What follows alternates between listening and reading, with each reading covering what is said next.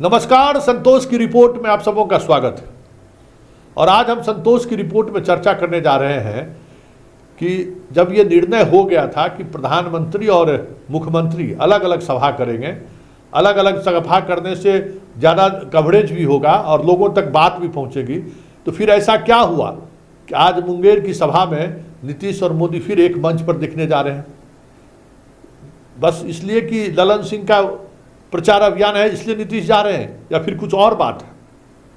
देखिए, एक बात समझिए, चुनाव में जीत हार अलग चीज़ है, लेकिन मोदी चुनाव जिस अंदाज में लड़ते हैं ना, और जितनी तैयारी के साथ लड़ते हैं, तमाम विपक्ष के नेताओं को भी मिला लीजिए ना, तो वो तैयारी और वो समझदारी किसी में नहीं है।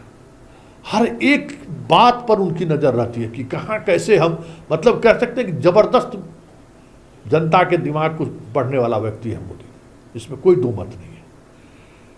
फर्स्ट फेज के चुनाव में ये साफ हो गया बिहार में कि जदयू का वोटर शिफ्ट नहीं कर रहा है बीजेपी के उम्मीदवार के पक्ष में पूरी तौर पे।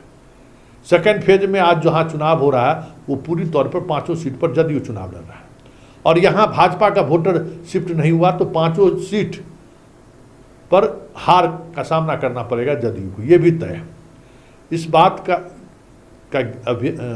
आभास मोदी को हो चुका है, इसलिए आज 2 सभा बिहार में वो कर रहे हैं, अररिया और भागलपुर, और उस सभा के माध्यम से संदेश देने की कोशिश करेंगे कि घर से बाहर निकलिए और वोट करिए। एक तो ये बात।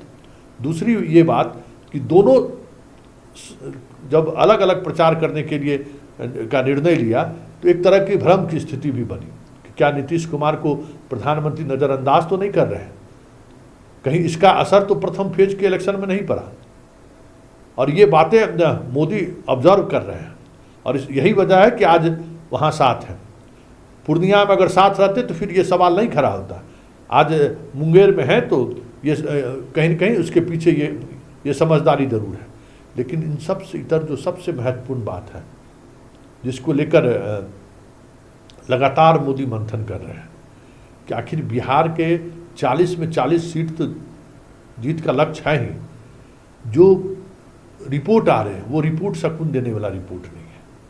और अब पार्टी के अंदर ही जिस पर भरोसा किया गया था, सम्राट चौधरी पर प्रदेश अध्यक्ष बनाया गया, कुशवाहा वोट टर्न अप नहीं हो रहा है, ये बातें मोदी और शाह तक जरूर पहुंच गई है, और ये बातें पहुंच ही नहीं गई है।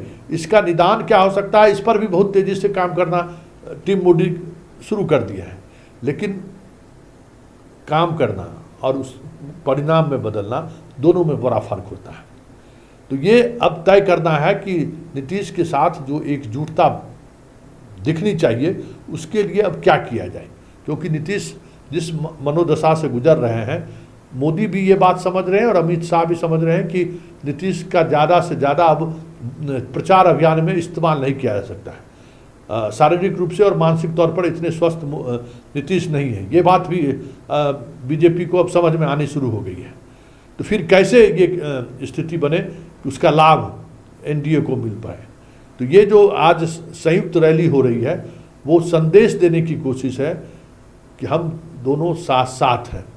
और आज जदयू का 5 लोकसभा क्षेत्र में चुनाव हो रहा है, लेकिन फिर भी हम 2-2 सभा करके जदयू के पक्ष में बीजेपी के वोटर को हम उत्साहित कर रहे हैं, ये संदेश देने की कोशिश हो रही है।